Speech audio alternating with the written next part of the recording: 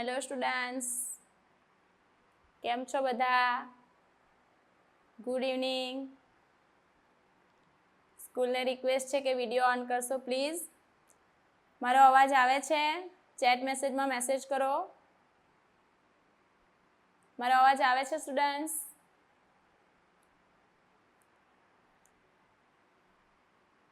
અગર અવાજ આવતો હોય તો ચેટ મેસેજમાં મેસેજ કરો પ્લીઝ.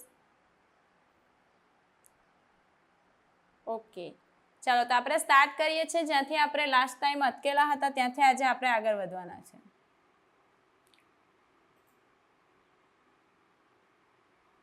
તો આપણે 136 પર આવેલા હતા સ્ટુડન્ટ્સ. ચાલો તો જોઈએ આગળ આજે શું કહે છે. 136 નંબરનો એમસીક્યુ. નીચે આપેલ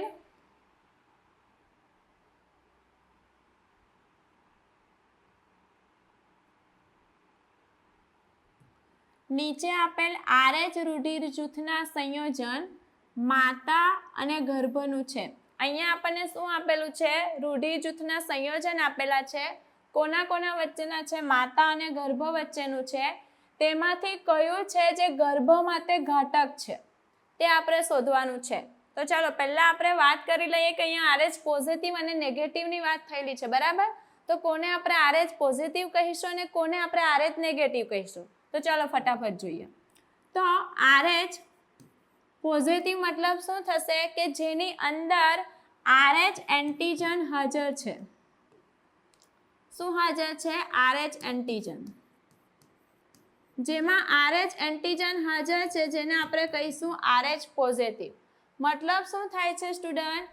આ રીતે રક્તકણ છે તો રક્તકણમાં આપણે જોઈ ગયેલા ને બધા અલગ અલગ રૂધિર જૂથ હોય. રૂધિર જૂથ A હોય, રૂધિર જૂથ B હોય, AB હોય, O હોય. તો તે પ્રમાણે જે પ્રમાણે અહીંયા હાજર હતું શર્કરા તે પ્રમાણે રૂધિર જૂથ બનતા હતા. એવી જ રીતે જો અહીંયા એન્ટીજન હાજર હશે તો એ વ્યક્તિ RH પોઝિટિવ થશે. ને જો અહીંયા RH એન્ટીજન કેવું છે? ગેરહાજર છે. ગેરહાજર. તો એ વ્યક્તિ શું થઈ જશે? RH negative.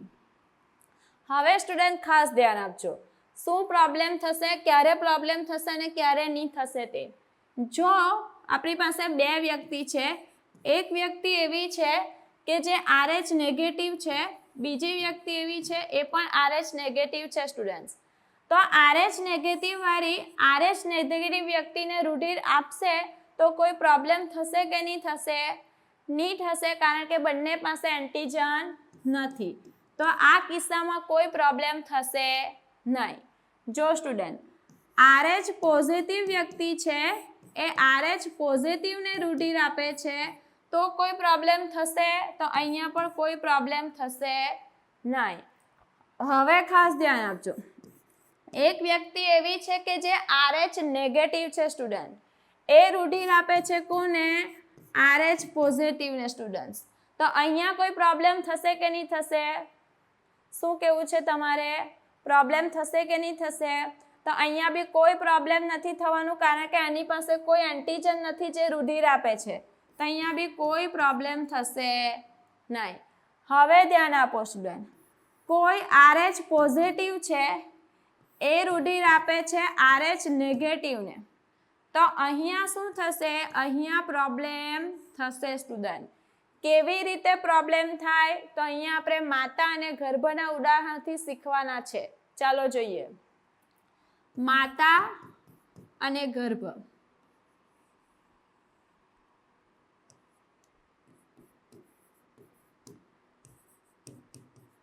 ચાલો ફટાફટ આપણે શીખી લઈએ શું પ્રોબ્લેમ થશે ને શું નહીં થશે. તો માતા અને ગર્ભ. તો અહીંયા સ્ટુડન્ટ ધ્યાન આપો કે માતા જે છે એ RH નેગેટિવ છે અને ગર્ભ એની અંદર જે વિકાસ પામી રહેલું છે એ RH પોઝિટિવ છે.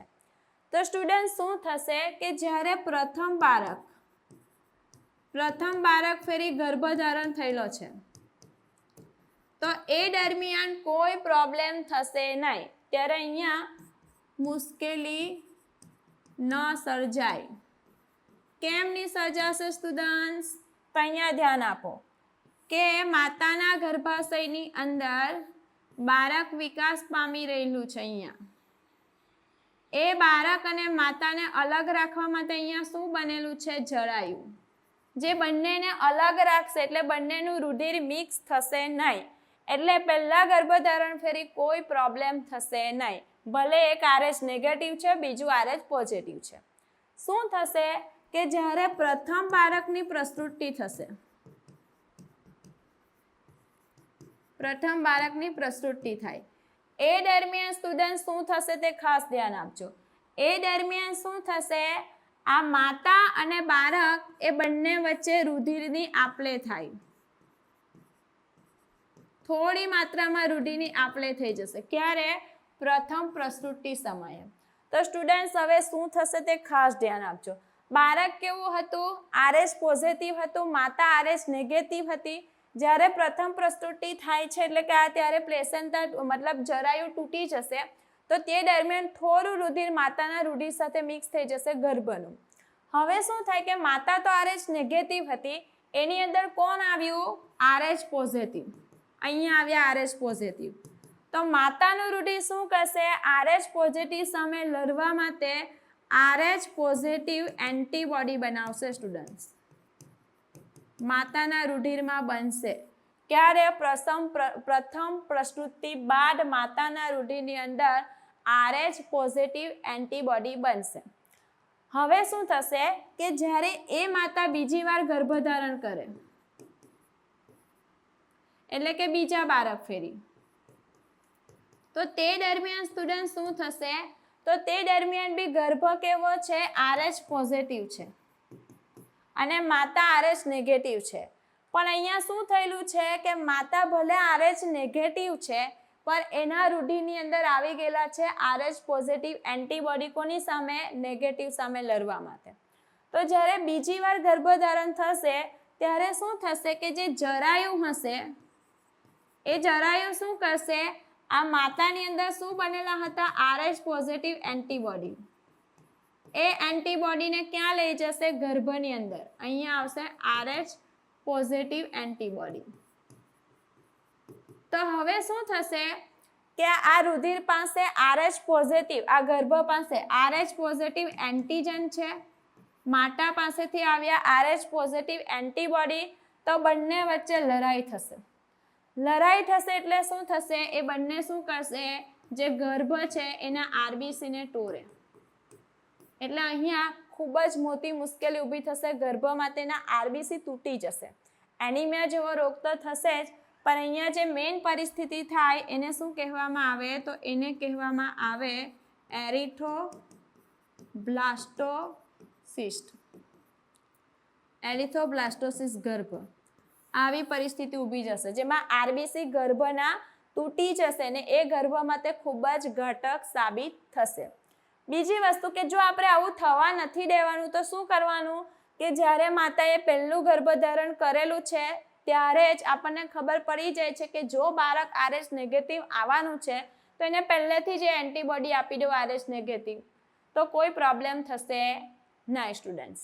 તો ચાલો આપણે જોઈ લઈએ MCQમાં કે કઈ પરિસ્થિતિમાં ઘાતક અસર થાય છે ગર્ભ પર. આ પરિસ્થિતિમાં તો નથી થતું, અહીંયા પણ નથી થતું, અહીંયા પણ નથી થતું. બરાબર. પ્રોબ્લેમ ક્યાં થાય? માતા RH નેગેટિવ છે અને ગર્ભ RH પોઝિટિવ છે ત્યારે. આપણો આન્સર થઈ જશે ડી.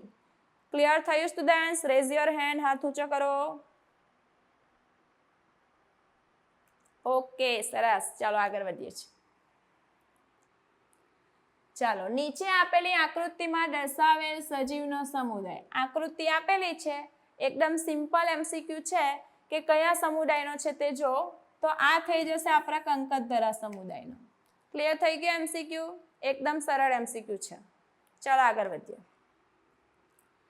નીચે આપેલા વિધાનોમાંથી કયું વિધાન લીલના સંદર્ભમાં સાચું છે? કેટલા વિધાન છે આપણી પાસે? 5 વિધાન છે. એ 5 વિધાનમાંથી કયા વિધાન છે કે જે લીલના સંદર્ભમાં સાચા છે અને કયા છે જે લીલના સંદર્ભમાં ખોટા છે તે જોવાનું છે. ચાલો, પહેલું વિધાન શું કહે છે? એક મોટા અચલિત માદાજન્યુ. કેવા છે માદાજન્યુ? મોટા છે અને અચલિત છે. એનું આપણે જોડાણ કરાવવાના છે કોની સાથે? નરજન્યુ, જે કેવા છે? નાના અને ચલિત છે. જેને આપણે શું કહીશું? અંડજન્યુક પ્રકારનું પ્રજનન કહે છે. તો આ વિધાન સાચું છે, બરાબર. જોઈ લઈએ. અંડજન્યુક શું થશે? માદાજન્યુ અને નરજન્યુ. આપણે જોઈ લઈએ શું થશે સ્ટુડન્ટ્સ. અંડજન્યુકમાં માદાજન્યુ આવી રીતે મોટા હશે અને નરજન્યુ નાના હશે.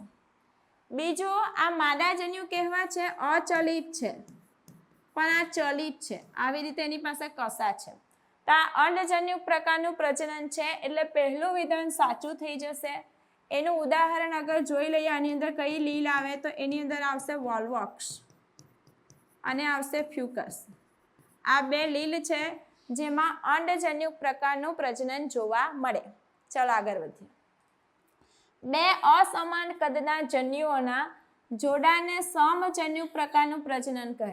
સમજન્યુક શબ્દમાં સમ આવે છે, તો કેવી રીતે અસમાન કદના હોઈ શકે? બરાબર ને? તો આ વિધાન ખોટું છે. સમજન્યુકમાં શું થશે સ્ટુડન્ટ્સ? સમજન્યુકમાં શું છે? બંનેનું કદ સરખું હશે, નર અને માદા બંનેનું. જો એ કસાધારી હશે તો પણ સરખું હશે અને કસા વિહીન હશે તો પણ સરખું હશે. ઉદાહરણ પર જોઈ લઈએ, એમાં કયા આવશે? તો એમાં આવશે યુલોથ્રિક્સ. આ યુલોથ્રિક્સમાં બંને જન્યુ કેવા છે? કસાધારી છે અને બંને કદમાં સરખા છે. તેમાં સમજન્યુક પ્રકારનું પ્રજનન થશે. બીજું ઉદાહરણ છે સ્પાઇરોગાયરા, જે કસા વિહીન છે છતાં એના બંને જન્યુ કેવા છે? કદમાં સરખા છે. તે સમજન્યુ. પણ આપણું વિધાનમાં તો શું કીધેલું છે? અસમાનકારક.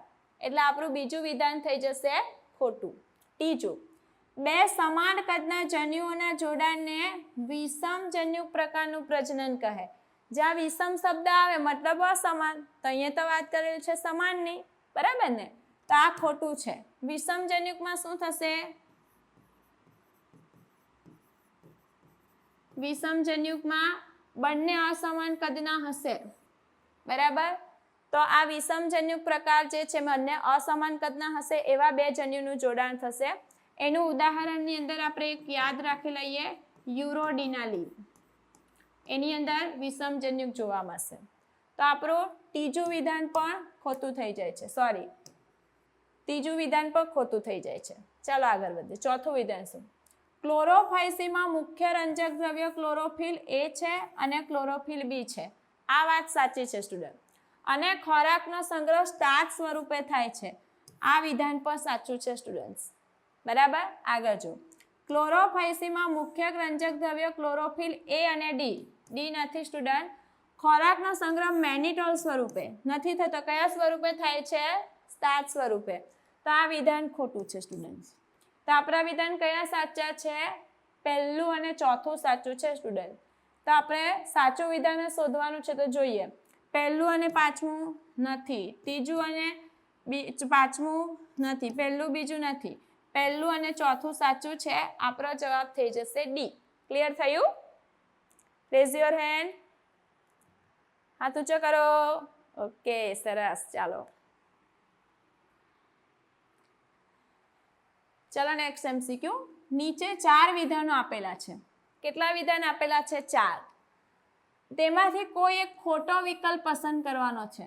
ખોટો વિકલ્પ એમસીક્યુ સમજવા પર મહત્વનો છે. ખોટો વિકલ્પ આપણે પસંદ કરવાનો છે. જોઈએ શું કહે છે પહેલું વિધાન. સ્ત્રીના સંબંધી એ પુરુષોમાં વંધ્યીકરણની અંતિમ પદ્ધતિ છે. સ્ત્રીના સંબંધી પુરુષોમાં વંધ્યીકરણની અંતિમ પદ્ધતિ છે.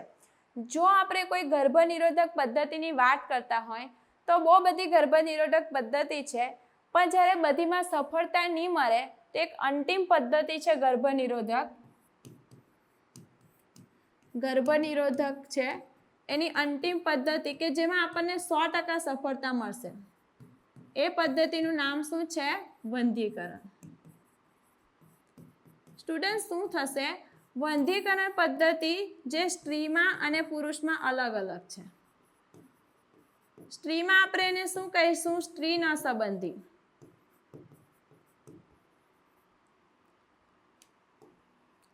સ્ત્રીના સંબંધી. અને પુરુષમાં એને આપણે કહીશું પુરુષનો સંબંધી. હવે સ્ટુડન્ટ શું થશે?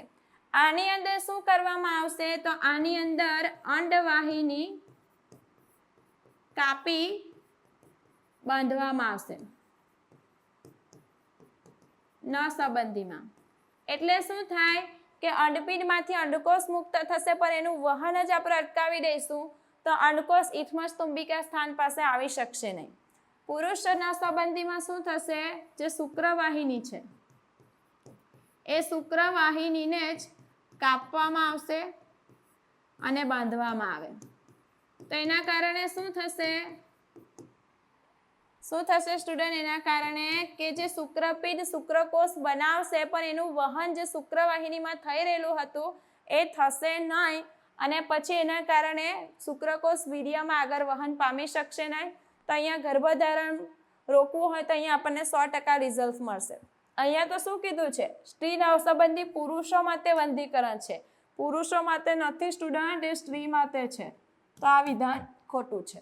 ચલો આપણે જોઈએ. મુખ દ્વારા લેવાતી ગોળીઓ અંડપીંડમાં અંડપાતને રોકે છે. શું કીધું છે? અંડપીંડમાં અંડપાતને રોકે છે. તો શું થાય સ્ટુડન્ટ્સ? જે ગર્ભ ગોળીઓ લેવાય, ગર્ભ નિરોધક ગોળી, તો આ જે ગર્ભ નિરોધક ગોળી હશે એની અંદર મોટે ભાગે 2 અંતઃસ્ત્રાવ હોય. એક હોય ઇસ્ટ્રોજન અને એની સાથે બીજો હોય પ્રોજેસ્ટેરોન.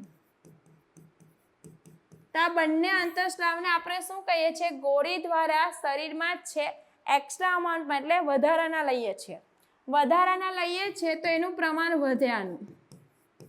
એનું પ્રમાણ વધે એટલે શું થશે? એ શું કરશે? એ કોને સંદેશો મોકલશે? તો એ સંદેશો મોકલે કોને? અગ્ર પિટ્યુટરી ગ્રંથિને.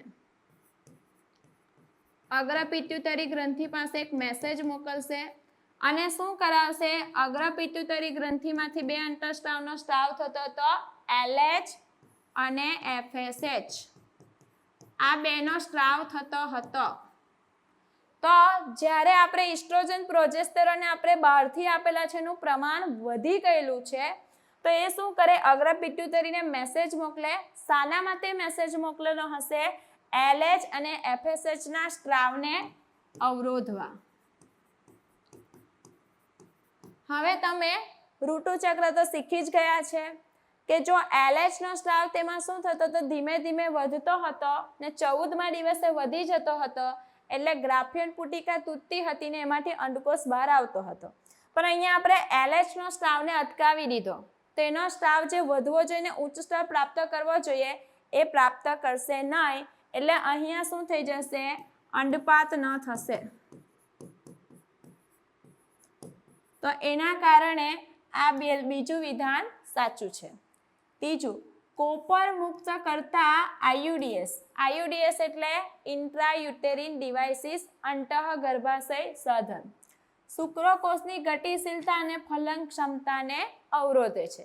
સ્ટુડન્ટ આપણે MCQ આગળ બહુ સરસ કરી ગયા છે. IUDs વાળો હતો તેમાં શું જોયેલું કે આ રીતે ગર્ભાશયની અંદર અહીંયા આપણે કોપરથી દાખલ કરશું, એટલે કે કોપર મુક્ત કરતું IUDs એ અહીંયા શું કરે છે? કોપર આયન મુક્ત કરે છે આવી રીતે. તો જ્યારે શુક્રકોષ અહીંયા આવશે ગર્ભાશયની અંદર, તો કોપર આયન એની સાથે ચોંટી જશે.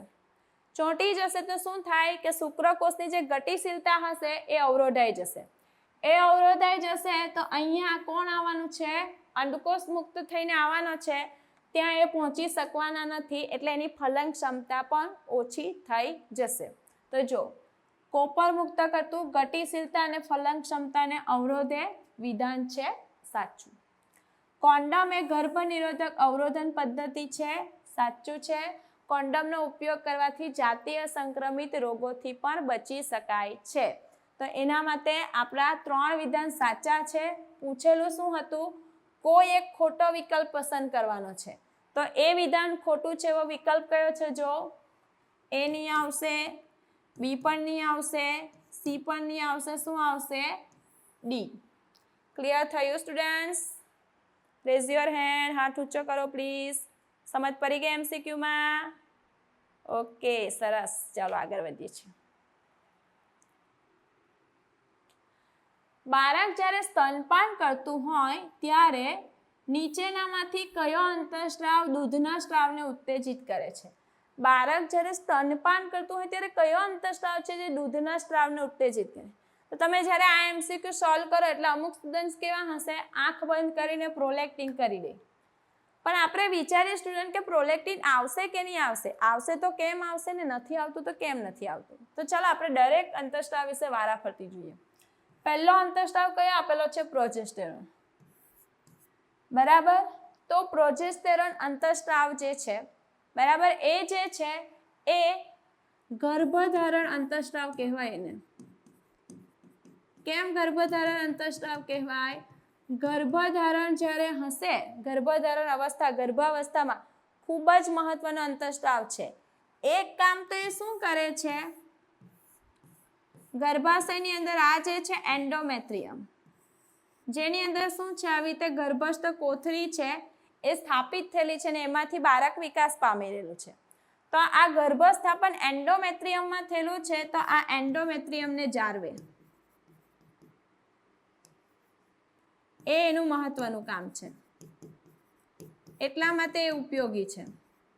બરાબર, એટલે એ તો મહત્વનું. બીજું કે સ્તન ગ્રંથિમાં પર અમુક ફેરફારો કરશે, તો પ્રોજેસ્ટેરોનનો આ ફારો છે.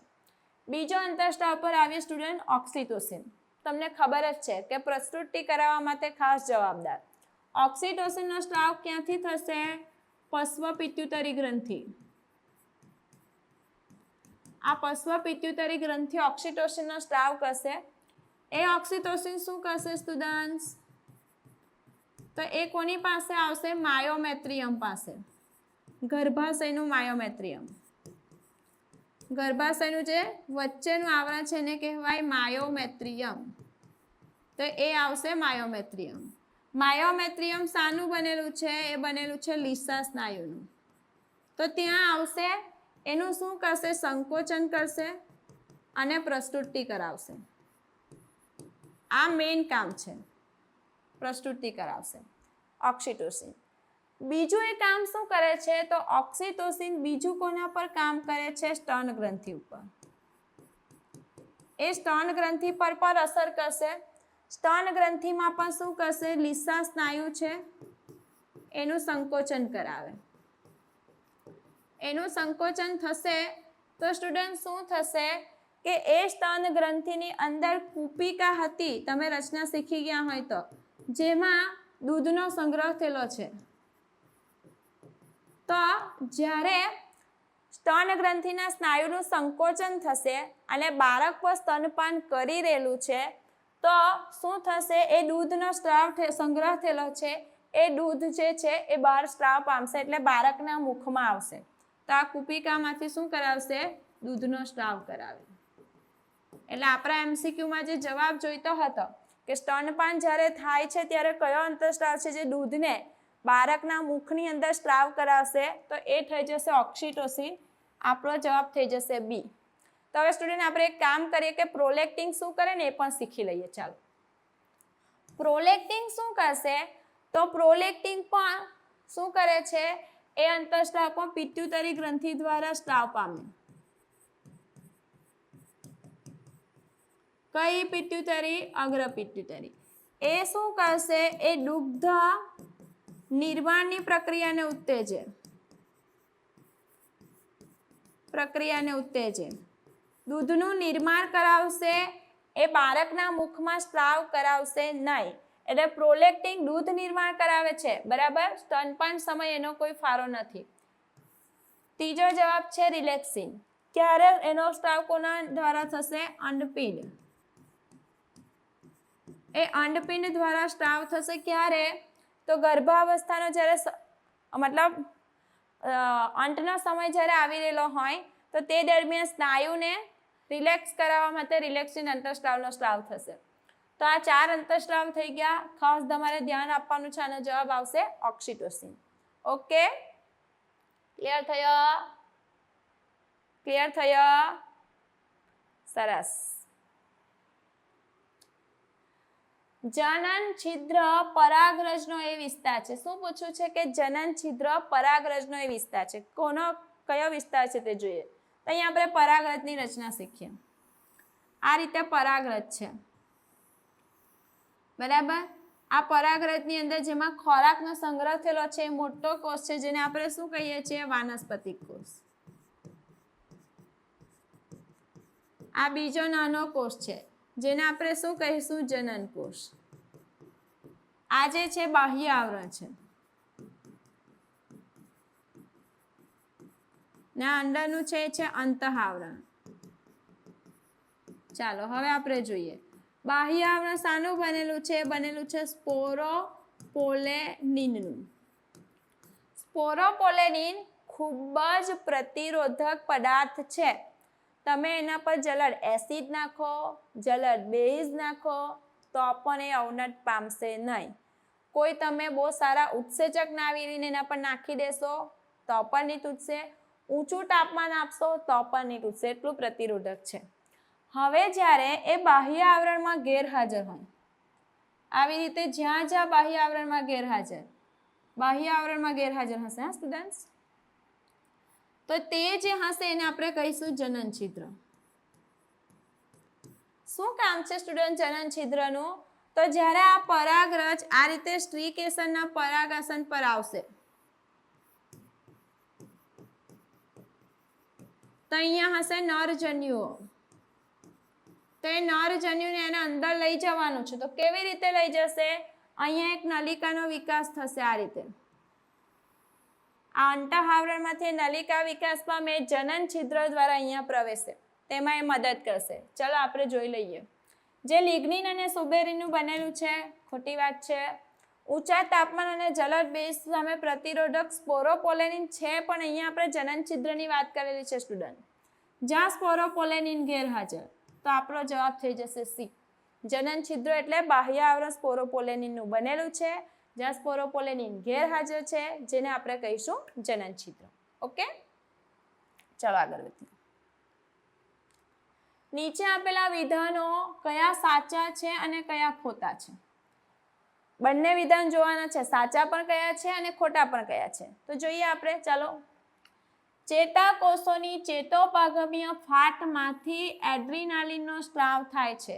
શું કીધું છે? ચેતાકોષોની ચેતોપાગમીય ફાટમાંથી કોનો સ્ત્રાવ થાય છે? એડ્રીનાલિનનો. તો ચાલો સ્ટુડન્ટ આપણે યાદ કરી લઈએ કે એડ્રીનાલિનનો સ્ત્રાવ ક્યાંથી થાય. પહેલા તો એડ્રીનાલિનનો સ્ત્રાવ ક્યાંથી થશે? આ રીતે આપણી પાસે એક જોડ મૂત્રપિંડ છે, આવી રીતે. તો અહીંયા એક ગ્રંથિ આવેલી છે. આ મૂત્રપિંડ છે, અહીંયા એક ગ્રંથિ આવેલી છે, જેને આપણે શું કહીએ છીએ? એડ્રીનલ ગ્રંથિ. તો એડ્રીનલ ગ્રંથિના આ રીતે બે ભાગ છે. બહારનો છે જેને કહેવાય બાહ્યક, અંદર છે એને કહેવાય મજ્જક. તો આ મજ્જકમાંથી એડ્રીનાલિનનો સ્ત્રાવ થાય સ્ટુડન્ટ. ને એડ્રીનાલિન શું છે? એક અંતઃસ્ત્રાવ છે. શું છે? એક અંતઃસ્ત્રાવ છે. તો અહીંયા તો શું કીધું છે કે ચેતોપાગમીય ફાટમાંથી એડ્રીનાલિનનો સ્ત્રાવ થાય, એ વિધાન ખોટું છે. બીજું થોડી આગળ વાત કરીએ તો એડ્રીનાલિનને આપણે બીજું કહીએ છીએ એપિનેફ્રિન. એપિનેફ્રિન. આ એપિનેફ્રિન જે છે એ બીજું નામ એડ્રીનાલિનનું જ છે. એ ચેતાપ્રેષક દ્રવ્ય તરીકે પણ કામ કરે. ચેતાપ્રેષક દ્રવ્ય તરીકે પણ કાર્ય કરશે, પણ ખૂબ ઓછા કેસમાં, ખૂબ ઓછા કિસ્સામાં.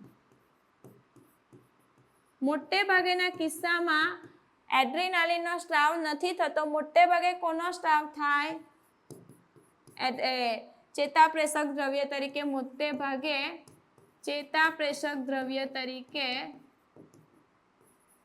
કોનો સ્ત્રાવ થાય? તો મોટે ભાગે થતો હોય એસિટાઇલ કોલિન. નોટ ડાઉન કરજો, કોઈ બીજા એમસીક્યુમાં પણ કામ લાગશે તમને.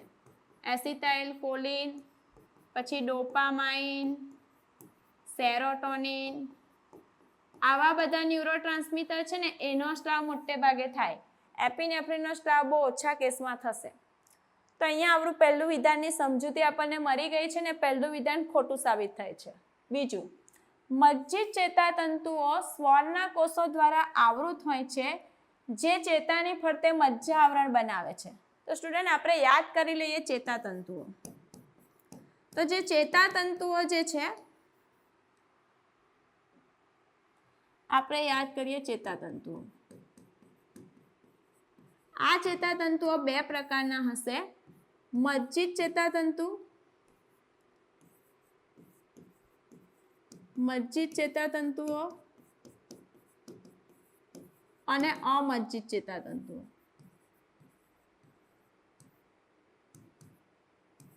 કોને આપણે મજ્જિત ચેતાતંતુ કહીશું અને કોને અમજ્જિત કહીશું તે જુઓ. સ્ટુડન્ટ અહીંયા ધ્યાન આપજો. આ રીતે ચેતાકોષ હશે, આ રીતે ચેતાકોષ છે, અહીંયા એનો છેડાનો ભાગ, આ રીતે ચેતાકોષ. આ વચ્ચેનો જે ભાગ છે જેને કહેવાય ચેતાક્ષ, તો એ ચેતાક્ષ પર આવી રીતે આવેલા છે શ્વાન કોષો. શ્વાન કોષો. તો શ્વાન કોષો જ્યારે આવી રીતે મજ્જા આવરણોથી આવરિત હશે, આ છે મજ્જા આવરણો, તો આવો જ્યારે ચેતાતંતુ હશે જેને આપણે શું કહીશું, જેને કહીશું મજ્જિત ચેતાતંતુ, કે જેમાં શ્વાન કોષો મજ્જા આવરણથી આવરિત હોય છે, બરાબર, અને એ આ રીતે ચેતાક્ષને આવરિત કરતા હોય એને કહેવાય મજ્જિત ચેતાતંતુ. મજ્જિત ચેતાતંતુ ખૂબ જ અસરકારક છે. કેમ? કારણ કે આમાં મજ્જા આવરણ બનશે, એનાથી અહીંયાથી ઉર્મિ વેગ જે છે એ ખૂબ જ સક્રિય રીતે પાસ થશે, એટલા માટે મજ્જિત ચેતાતંતુ ખૂબ જ મહત્વના છે. ચાલો જો શું કીધેલું હતું કે મજ્જિત ચેતાતંતુ કોષો શ્વાન આવૃત છે અને કોના ચેતાની ફરતે મજ્જા આવરણ બનાવે, તો આ વિધાન સાચું છે. અમજ્જિત ચેતાતંતુ શ્વાનના કોષો દ્વારા આવરિત છે. અમજ્જિત ચેતાતંતુ પણ શ્વાનના કોષો દ્વારા આવરિત છે સ્ટુડન્ટ. એટલે આગળ જોઈએ, અહીંયા જોઈએ, આમાં પણ આ રીતે ચેતાક્ષ છે, અહીંયા પણ આવી રીતે શ્વાનના કોષો છે સ્ટુડન્ટ. પણ અહીંયા ધ્યાન આપજો, અહીંયા મજ્જા આવરણ નથી. કોની અંદર નથી? અમજ્જિત ચેતાતંતુમાં. તો જો અહીંયા શું કીધું છે, જે શ્વાનના કોષો દ્વારા આવૃત છે જેમાં મજ્જા આવરણ બનતું નથી, આ વિધાન પણ સાચું છે. છેલ્લું જો, કરોડરજ્જુ અને મસ્તિષ્ક ચેતાઓ ફક્ત અમજ્જિત ચેતાતંતુઓની બનેલી છે. શું કીધું? કરોડરજ્જુ અને મસ્તિષ્ક ચેતા ફક્ત અમજ્જિત ચેતાતંતુની બનેલી છે. આ વાત ખોટી છે. આ બંને કરોડરજ્જુ અને મસ્તિષ્ક ચેતા, કરોડરજ્જુ ચેતાઓ અને મસ્તિષ્ક ચેતાઓ એ કોનો ભાગ છે સ્ટુડન્ટ્સ? તો એ બંને ભાગ છે પરિઘવર્તી ચેતાતંત્રનો ભાગ છે. તો અહીંયા તો ખાસ આપણને મજ્જિત ચેતાતંતુઓ જોઈશે, કારણ કે અહીંયા ઉર્મિ વેગનું વહન ખૂબ સારી રીતે કરાવવાનું છે અને મજ્જિત ચેતાતંતુ 20 ગણું સારી રીતે વહન કરાવશે અમજ્જિત ચેતાતંતુ કરતા. તો અહીંયા અમજ્જિત ચેતાતંતુની બનેલી છે, વાત ખોટી છે. તો આપણે જોઈએ કે આપણું બી અને સી સાચું છે પણ એ અને ડી ખોટું છે. ચાલો જવાબમાં એ અને બી સાચું છે પરંતુ સી અને ડી ખોટું, એ નહીં આવશે. બી, એ બી અને સી સાચા છે, ડી ખોટું, એ પણ નહીં આવશે. એ અને ડી સાચા છે સ્ટુડન્ટ, પણ અહીંયા તો ખોટા છે, નહીં આવશે. તો અહીંયા જો બી અને સી સાચા છે છતાં એ અને ડી ખોટા છે, આપણો જવાબ થઈ જશે ડી. ક્લિયર થયું? ક્લિયર? ઓકે, આગળ વધીએ છીએ નેક્સ્ટ એમસીક્યુ પર. નીચે આપેલા વિધાનો અનુસરો. અહીંયા આપણે વિધાન જોવાના છે. શું કીધેલું છે? અહીંયા આપણને 4 વિધાન આપેલા છે. જવાબમાં તમે શું જોઈ શકો? શું દેખાય છે? પરાગનયનના પ્રકાર દેખાય છે. તો આપણે આ 4 વિધાન કયા પરાગનયનના પ્રકાર સાથે મેચ થાય છે ને તે શોધવાનું છે. તો ચાલો પહેલા જોઈએ. પુષ્પો દ્વિલિંગી. પુષ્પો કેવા છે? દ્વિલિંગી. તો પહેલા આપણે દ્વિલિંગી પુષ્પ અહીંયા એક દોરી લઈએ. દ્વિલિંગી પુષ્પ મતલબ એની અંદર સ્ત્રીકેસર પણ છે, એની અંદર પુંકેસર પણ છે. એટલે નર પ્રજનન તંત્ર અને માદા પ્રજનન તંત્ર બંને છે, બંને અંગ છે. છે સ્ત્રીકેસર. આ કેવું પુષ્પ છે? તો એ છે દ્વિલિંગી. ચાલો આપણે એ સમજી લીધું. આગળ વધો. સજાતીય હોય એટલે એક જ જાતિના છે તેવા પુષ્પમાં એક જ સમયે પરાગાસન અને પરાગાશય અને પરાગાસન પરિપક્વ બને. આ દ્વિલિંગી પુષ્પ છે, એક જ જાતિનું છે, સજાતીય છે. આ છે પરાગાશય. આ શું છે? પરાગાસન. તો આ બંને એક જ સમયે પરિપક્વ થશે. સ્ટુડન્ટ જો બંને એક સમયે પરિપક્વ થાય તો અહીંયાથી પરાગરસ સીધી ક્યાં આવશે? એના જ પરાગાસન પર આવશે, એ જ પુષ્પના પરાગાસન પર. ને એવું જ્યારે થશે જેને આપણે શું કહીએ છીએ? સ્વફલન. સ્વફલન મતલબ ઓટોગેમી. તો અહીંયા પહેલું વિધાન તો આપણું ઓટોગેમી જે પરાગનયન છે એની સાથે મેચ થાય છે, આની સાથે, બી સાથે. ચાલો બીજું વિધાન. દ્વિલિંગી પુષ્પ.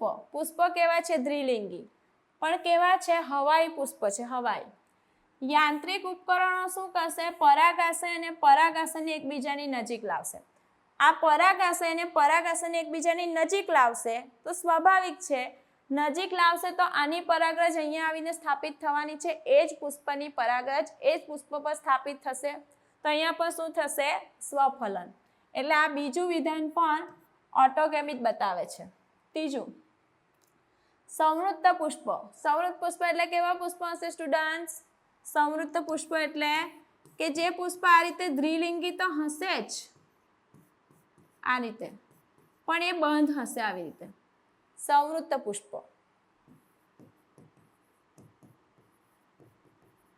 ને દ્વિલિંગી છે. હવે તમે વિચારો કે પુષ્પ ખુલતા જ નથી ને પાછા દ્વિલિંગી છે તો એની પરાગરજ કઈ હવામાં ઉડવા તો જવાની નથી, ક્યાં આવશે?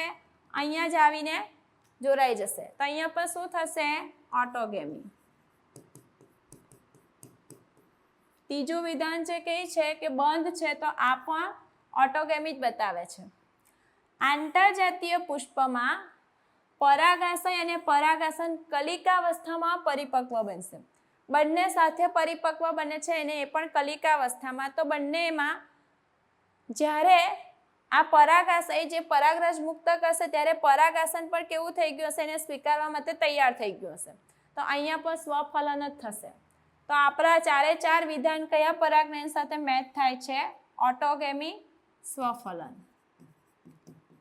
3 કેમ નહીં આવશે સ્ટુડન્ટ? તો પરપરાગનયન એટલે શું થશે? પરપરાગનયનમાં આવી રીતે પુષ્પ મોટે ભાગે તો એકલિંગી હોઈ શકે. એકલિંગી એટલે શું થશે? કાં તો સ્ત્રીકેસર હશે કાં તો પુંકેસર હાજર હશે. તો અહીંયા એક જ જાતિની 2 વનસ્પતિ હશે પણ બંને છોડ કેવા હશે? અલગ અલગ હશે. ને અહીંયા જનીનિક ભિન્નતા જોવા મળશે. આમાં તો કશે તમને જનીનિક ભિન્નતા પણ જોવા નહીં મળશે, જેને આપણે કહીશું પરપરાગનયન. બંને છોડ અલગ છે, છોડ 1 છોડ 2 એના વચ્ચે અહીંયા પરાગનયન થાય છે. અને આ એલોગેમી અને ઝેનોગેમી એ પરપરાગનયન પ્રકાર જ છે, એના જ પ્રકાર છે, બરાબર. એટલા માટે આ 3 નહીં આવશે.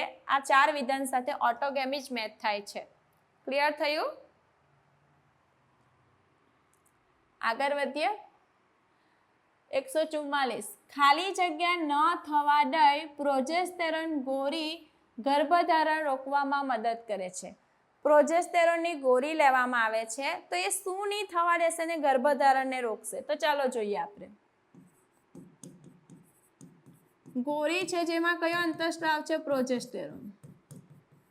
તો ગર્ભાશયની અંદર શું થાય છે સ્ટુડન્ટ? આ રીતે પ્રોજેસ્ટેરોનને આપણે એક્સ્ટ્રા લીધેલું છે.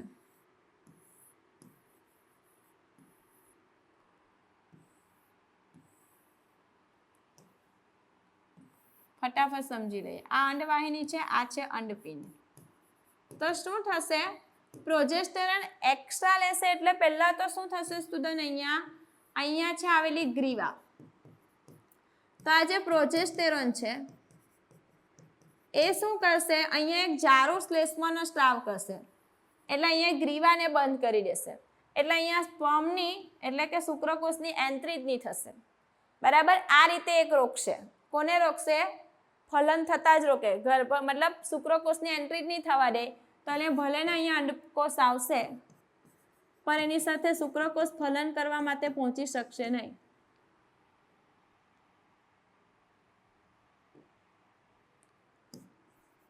બરાબર, તો આ એક રીતે રોકે.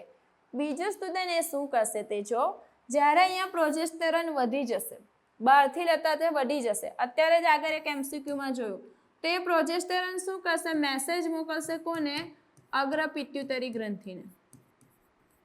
જે અગ્રપિટ્યુટરી ગ્રંથિ કોનો સ્ત્રાવ કરાવી રહેલી હતી, LH અને FSH નો,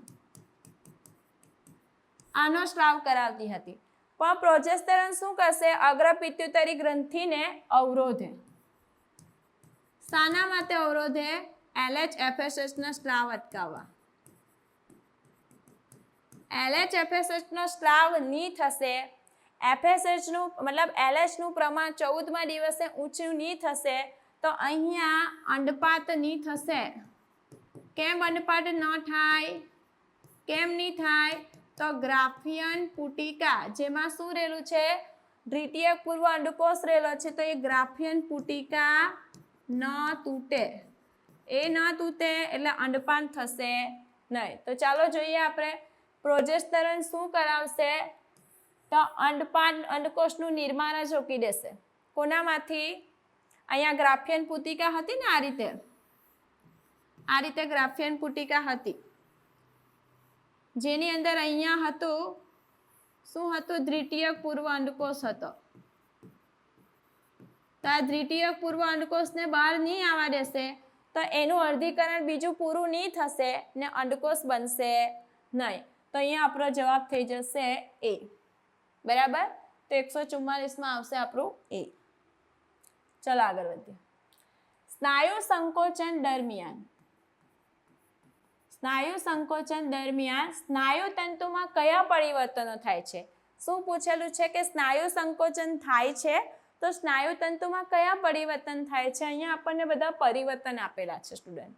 તો ચાલો જોઈએ. પહેલું કીધું છે કે H વિસ્તાર અદ્રશ્ય થાય. તો આપણે એક આકૃતિથી સમજીએ. આ ભાગ શું બતાવે છે? આ ભાગ જે છે તમે શિથિલન અવસ્થામાં છો, સ્નાયુ સંકોચન નથી, ને આ સંકોચન થાય છે. એટલે કે અત્યારે તમે આ હાથ તમારો આ રીતે અવસ્થામાં છે, તો આ થયો તમારો શિથિલન, તમે આમ વાળશો એટલે સંકોચન થશે, ત્યારે આ પરિસ્થિતિ થશે. ચલો હવે જોઈએ. સ્નાયુ તંતુની વાત કરીએ તો સ્નાયુ તંતુ 2 પ્રોટીનના બનેલા છે. આ જે ઝારા પ્રોટીન છે જે શું હશે, માયોસિન, અને આ જે પાત્રા છે જે હશે એક્ટિન. એ 2 પ્રોટીનના બનેલા તંતુકો ધરાવશે સ્ટુડન્ટ. સમજી લઈએ. બીજું તો આ માયોસિન જે છે એ આ રીતે ને બંને એકબીજાને આ રીતે પ્રતિ સમાંતર એકબીજાને સમાંતર ગોઠવાયેલા છે, એક્ટિન અને માયોસિન.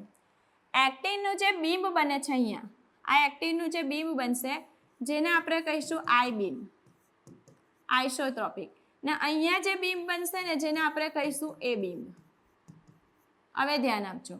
આ એક્ટિન જે છે પ્રોટીન એટલે કે આઈ બીમમાંથી જે મધ્ય રેખા પસાર થાય છે જેને કહેવાશે ઝેડ રેખા. અહીંયા પર આ પણ આઈ બીમ છે. જો એવી રીતે એકબીજાને સમાંતર ગોઠવાયેલા એટલે એક્ટિન પછી માયોસિન પછી એક્ટિન પછી માયોસિન એવી રીતે ગોઠવાયેલા હશે સ્ટુડન્ટ. એક્ટિનમાંથી બરાબર એક્ટિનનું જે બીમ બને ને આઈ બીમ કહેવાય, માયોસિનનું બીમ બને જે જારું હશે જેને એ બીમ કહેવાય. એક્ટિનમાંથી વચ્ચેથી જે રેખા પસાર થાય છે સ્ટુડન્ટ એને કહીશું ઝેડ રેખા. માયોસિનમાંથી અહીંયાથી જે પસાર થાય છે સ્ટુડન્ટ અહીંયાથી એને કહેવાય એમ રેખા. ખાસ ધ્યાન આપજો. હવે તમે જોઈ શકો છો અહીંયા તો બંનેમાં આ રીતે થોડું એક્ટિન અને માયોસિન એકબીજાને ઓવરલેપ કરે છે, આચ્છાદન કરે છે. અહીંયા આટલે સુધી આવેલું છે ને અહીંયા આટલો, બાકીનો આટલો ભાગ કેવો છે, ફ્રી છે. તો એ જે ભાગ ફ્રી છે જેને આપણે કહીશું એસ વિસ્તાર. તો પહેલા આટલી આપણે રચના સમજી લીધી. ચાલો હવે જોઈએ શું થાય છે. શિથિલન અવસ્થા છે સ્ટુડન્ટ, તો આ પરિસ્થિતિ છે. શું છે, મસ્ત વચ્ચે એચ વિસ્તાર પણ છે બરાબર. ઝેડ લાઇન જે છે એ પણ આ રીતે છૂટી છે. જ્યારે તમે આ રીતે હાથનું સંકોચન કરાવો છો એટલે શું થશે, આ માયોસિન છે ને આ એક્ટિન છે, તો બંને એકબીજા પર આ રીતે શું થશે, આ રીતે એકબીજા પર સરકવાના છે. પણ સ્ટુડન્ટ ખાસ ધ્યાન આપજો, આ જ્યારે સરકશે ત્યારે અહીંયા માત્ર કોણ સરકે, એક્ટિનના તંતુ જ સરકે, એટલે કે આઈ બીમ જ ઓછો થશે, આઈ બીમ જ સરકે. આ જે એ બીમ છે એ એની પરિસ્થિતિ જેવું છે એની જગ્યા જાળવી રાખશે, એની જગ્યામાં, એટલે એ જેટલી જગ્યા રોકેલી છે જાળવી રાખશે, એમાં કોઈ ફેરફાર થશે નહીં સ્ટુડન્ટ. બીજી વસ્તુ કે હવે જો આ બંને લાલ તમને દેખાય છે, આઈ બીમ એકબીજાની નજીક આવે છે, તો અહીંયા શું થઈ જશે, એચ વિસ્તાર અદૃશ્ય થઈ જાય, સંકોચન થાય ત્યારે એચ વિસ્તાર અદૃશ્ય થશે. એની સાથે બીજું શું થશે, આ ઝેદ રેખા જે પહેલા આટલી હતી એ પણ આ રીતે અંડર તરફ ખેંચાશે, એટલે આ શું થશે, ઝેદ રેખા શું થશે, અંડર તરફ ખેંચાય, સંકોચન થાય ત્યારે. પણ અહીંયા સ્ટુડન્ટ યાદ રાખજો કે અહીંયા વચ્ચેથી આ જે રેખા પસાર થયેલી છે એને કઈ રેખા કહેવાય, એમ રેખા. તો એ બીમમાં કોઈ ફેરફાર નથી થતો, એ તો એ જે પ્રમાણે છે એ પ્રમાણે રહેવાનો જ છે.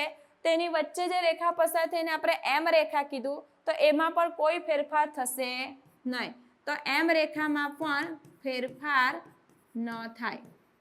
તો અહીંયા શીખી લો, સંકોચન થાય ત્યારે શું થયું, એચ વિસ્તાર અદૃશ્ય થઈ ગયું, એ બીમ એની જગ્યા જાળવી રાખી, આઈ બીમ જે છે એ ટૂંકો થશે, બરાબર, એ બી ખસે, ઝેદ રેખા અંદર તરફ જશે ને એમ રેખામાં ફેરફાર થતો નથી. ચલો એમસીક્યુ પર જોઈ લઈએ. શું કીધું, સંકોચન થાય ત્યારે એચ વિસ્તાર અદૃશ્ય થાય, એ સાચું છે. એ બીમ ટૂંકું થાય, વાત ખોટી. એ બીમ તો એની જે પોઝિશન છે ને એને જાળવી જ રાખશે, એમાં કોઈ ફેરફાર થશે નહીં. ઝેડ રેખા સરકે, વાત સાચી છે. એમ રેખા અદૃશ્ય થાય, એ નથી થવાની, કારણ કે એ માયોસિનની વચ્ચેથી પસાર થયેલી છે. જો માયોસિન જ નહીં ખસે તો એ ખસવાની નથી. તો અહીંયા આપણા એ અને સી આ બે પરિવર્તન થશે. ચાલો જોઈ લઈએ એમસીક્યુમાં. સોરી, બે પરિવર્તન કયા થશે, ઓકે, શું કીધું છે, કયા પરિવર્તન થાય છે, તો એ અને સી પરિવર્તન થશે સ્ટુડન્ટ. ચાલો જોઈ લો. ઓકે, આમાં કશે સી નથી આપ્યું, પણ અહીંયા નોટ ડાઉન કરી રાખજો. આમાં એ અને સી પરિવર્તન થશે, એ અને સી, એટલે કે એચ વિસ્તાર અદૃશ્ય થશે ને ઝેદ રેખા સરકશે. ખ્યાલ આવ્યો સ્ટુડન્ટ્સ? ઓકે, ચલો આગળ. તો નેક્સ્ટ એમસીક્યુ શું કહે છે કે નીચેનામાંથી કયા વિધાનો સાચા છે. શું પૂછ્યું છે, નીચેનામાંથી કયા વિધાનો સાચા છે. વૃદ્ધિને જીવન સજીવના વ્યાખ્યાયિત ગુણધર્મ તરીકે લઈ શકાય નહીં. વૃદ્ધિને આપણે કોઈ સજીવનો વ્યાખ્યાયિત જીવન સજીવનો વ્યાખ્યાયિત ગુણધર્મ લઈ શકતા નથી. કારણ શું છે, વિધાન સાચું છે સ્ટુડન્ટ. કેવી રીતે સાચું છે, તો વૃદ્ધિમાં શું કહેવામાં આવે, કદ અને સંખ્યામાં વધારો થાય. જે સજીવો કદ અને સંખ્યામાં વધારો દર્શાવે તો તેને જો આપણે જીવન સજીવો કહેતા હોય, સમજી લેજો આ ખાસ. જે સજીવો કદ અને સંખ્યામાં વધારો દર્શાવે તો એ જીવન સજીવો હોય તો વૃદ્ધિ આપણો એક વ્યાખ્યાયિત ગુણધર્મ છે. પણ એવું થતું નથી. જો આપણે એક નિર્જીવની વાત કરીએ તો રેતીનો ઢગલો, ઉદાહરણ લઈ લો, રેતીનો ઢગલો, તો તેમાં પણ શું થશે, જો એની બાહ્ય સપાટી પર રેતી જમા થયા કરશે તો એનું કદ વધે છે. મતલબ કે નિર્જીવનું પણ કદ વધે છે, એટલે નિર્જીવમાં પણ વૃદ્ધિ થાય છે. તો અહીંયા આપણે જીવન સજીવ માટે જે કદનો વધારો ખાલી જીવન સજીવ માટે લીધેલો એ ખોટી વાત, નિર્જીવમાં પણ થાય છે. બીજું, સંખ્યામાં વધારો. તો જો આપણે સજીવના શરીરની અંદરની વાત કરીએ તો એમાં કોષોની સંખ્યામાં વધારો થશે ને પછી એ કોષો ભેગા થઈ જશે ને ચોક્કસ કામ કરશે. તો જે જીવન સજીવ હશે એના શરીરની અંદર વૃદ્ધિ થશે ને નિર્જીવમાં બાહ્ય વૃદ્ધિ થાય. વૃદ્ધિ તો બંનેમાં જ થાય છે, એટલે આપણે વૃદ્ધિને એક વ્યાખ્યાયિત ગુણધર્મ તરીકે લઈ શકતા નથી. તો પહેલું વિધાન સાચું છે. મૃત સજીવો વૃદ્ધિ પામતા નથી, આ પણ સાચું છે. પ્રજનન બધા જીવન સજીવોના સંપૂર્ણ લક્ષણ તરીકે લઈ શકતા નથી. જો આપણે પ્રજનન આપણે એવું કહીએ કે જે સજીવો પ્રજનન કરે છે તે બધા જીવન સજીવો છે, તો આ વાત ખોટી છે. પ્રજનન મતલબ કે નવી સંતતિનું નિર્માણ કરી શકે, પણ આપણી પાસે એવા પણ ઉદાહરણ છે કે જે જીવન સજીવ છે પરંતુ તે કેવા છે, પ્રજનન કરી શકતા નથી. એક ઉદાહરણ આપું તમને, ખચ્ચર. ખચ્ચર એક જીવન સજીવ છે, પણ એ કેવું છે, અફળદ્રુપ છે, વંધ્ય છે, એ બચ્ચા પેદા કરી શકતું નથી. ખચ્ચર કેવી રીતે બનાવવામાં આવશે, તો નર ગધેડો હશે અને એનું સંકરણ આપણે કરાવશું કોની સાથે, માદા ગોરી સાથે, ને પછી ખચ્ચર બનાવશું. આ ખચ્ચર પોતે નવી સંતતિ નવું ખચ્ચર બનાવી શકતું નથી. તો આ જીવંત છે પણ એ પ્રજનન કરી શકતું નથી. એવી રીતે આપણે માણસમાં બી ઘણા દંપતી એવા જોયા હશે કે જે કેવા છે, વંધ્ય છે, જેને બાળક પ્રાપ્ત થઈ શકતા નથી, પણ તે બી જીવંત છે પરંતુ તે પ્રજનન કરીને સંતતિ નિર્માણ કરી શકતા નથી. તો એના કારણે આપણે એવું નથી કહી શકતા કે જે બી જીવન સજીવો છે એ પ્રજનન કરી શકે. તો આ વિધાન પણ સાચું છે. નિર્જીવ પદાર્થો આપમેળે સ્વયંજનન પામવાની ક્ષમતા ધરાવતા નથી. આ વિધાન પણ સાચું છે. નિર્જીવ ટેસ્ટ ટ્યુબમાં ચયાપચય દર્શાવે, આ વાત ખોટી છે. ચયાપચય માત્ર જીવન સજીવો જ દર્શાવશે, નિર્જીવ દર્શાવશે નહીં. તો અહીંયા આપણા વિધાન કયા છે, 1 થી 4 વિધાન સાચા છે, 5મું ખોટું છે. ચાલો જોઈ લો. તો અહીંયા આપણું થઈ જશે કયું, બી જવાબ આવશે સ્ટુડન્ટ. તો બસ આજે આપણે આટલું રાખીએ છીએ, બરાબર. ચલો, કોઈને કંઈ ડાઉટ છે? અહીંયા સુધી ક્લિયર થઈ ગયા MCQ? ક્લિયર થયો તો હાથ ઊંચો કરો. સમજ પડે છે બધાને? ઓકે. મજા આવે છે ભણવાની? MCQ ભણવાની મજા આવે છે કે નથી આવતી? આવે છે ને? આવતો હોય તો હાથ ઊંચો કરો. ચાલો, નહીં આવતી હોય તો નહીં કરતા, એટલે હું સમજી જઈશ. ઓકે, આવે છે. ચાલો, સરસ. ચાલો, તો હવે આપણે નેક્સ્ટ લેક્ચરમાં મળીશું. અને કાલે તમારી એક્ઝામ છે, યાદ છે ને બધાને? પહેલું ચેપ્ટર, બરાબર. તેના માટે બધાને બેસ્ટ ઓફ લક. ચાલો, તો હવે આપણે નેક્સ્ટ લેક્ચરમાં મળીશું. બાય. Okay, bye. ચાલો.